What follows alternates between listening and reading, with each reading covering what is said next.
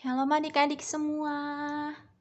Sebelum kita mendengarkan firman Tuhan, saat hari ini kita mau bernyanyi ya satu pujian. Kita mau katakan, aku anak Tuhan.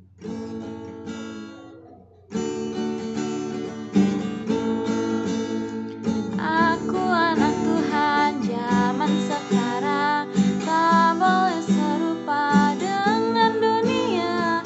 Aku anak Tuhan zaman sekarang, hidupku jadi miliknya.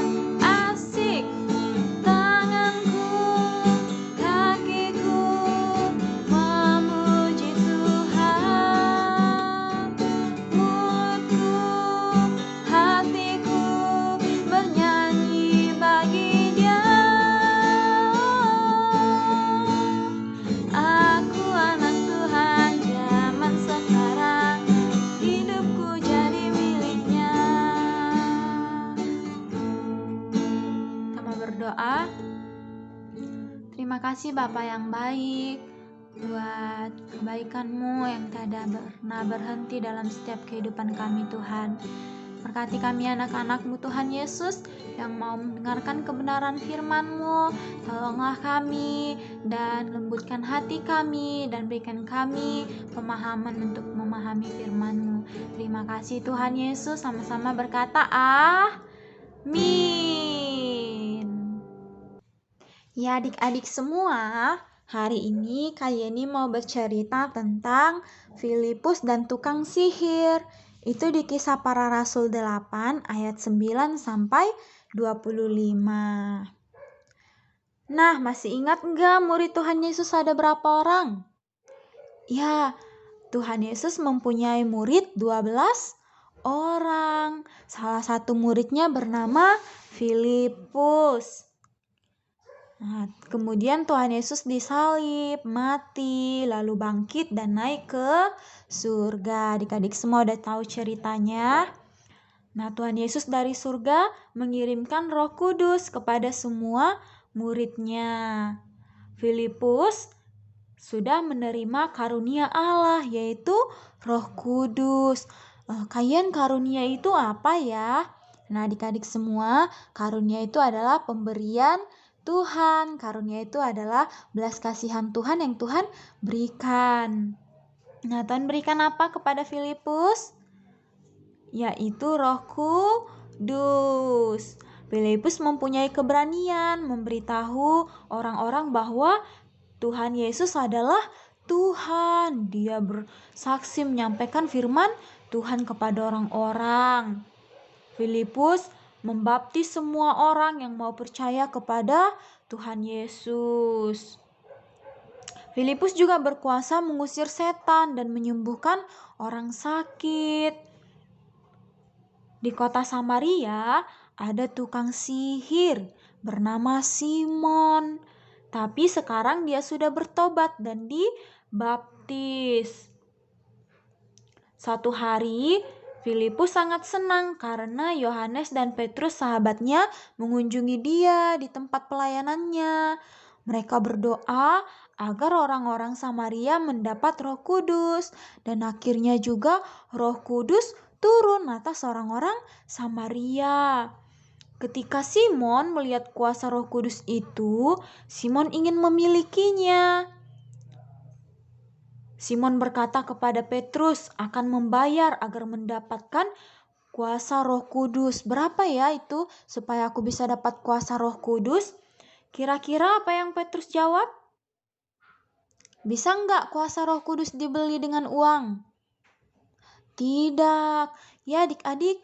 Nah, Petrus menjadi marah karena karunia Allah tidak dapat dibeli dengan uang. Karunia tadi apa? Pemberian Allah dengan belas kasihan Allah Tuhan berikan. Akhirnya Simon bertobat dan karunia Allah diberikan gratis kepada semua orang percaya. Nah, adik-adik semua, ini tentang karunia Allah. Tadi yang diberikan kepada Filipus maupun kepada orang-orang di Samaria itu mengenai Roh Kudus. Masih ingat ceritanya ketika Tuhan Yesus naik ke surga? ketika Tuhan Yesus naik ke surga, Tuhan Yesus menjanjikan ada seorang penolong, yaitu Roh Kudus. Tuhan berikan Roh Kudus dengan, kamu harus bayar ya sama aku. Tuhan bilang begitu tidak? Kalau aku berikan Roh Kudus, kamu harus bayar. Nah, atau Tuhan bilang, kalau aku berikan Roh Kudus, kamu harus kasih apa gantinya? Kamu harus kasih mata, kamu harus kasih tanganmu. Atau ada Tuhan bilang begitu? Nah, karunia itu Tuhan berikan dengan belas kasihan Tuhan. Ya udah, Tuhan berikan aja tanpa Tuhan minta apa-apa dari kita.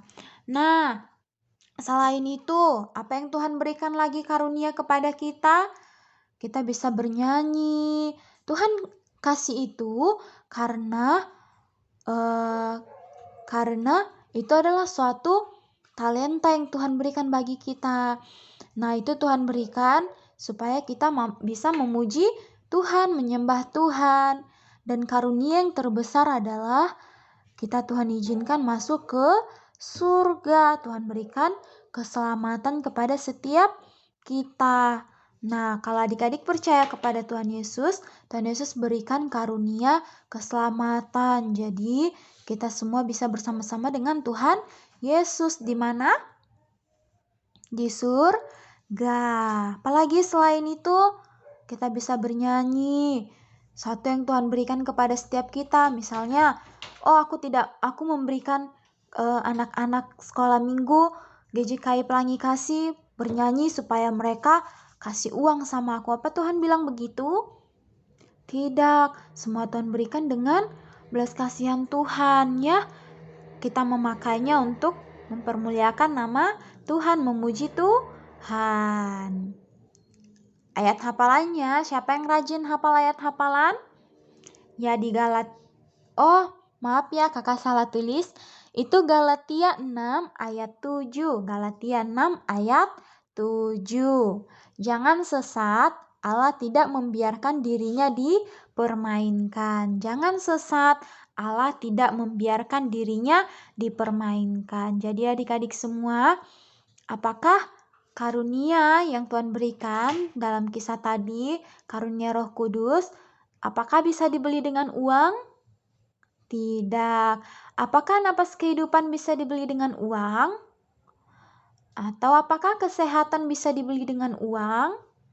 Coba hitung-hitung. Kalau kesehatan Tuhan bilang 1 hari kalau kalian bernapas 1.000, setiap bernapas 1.000.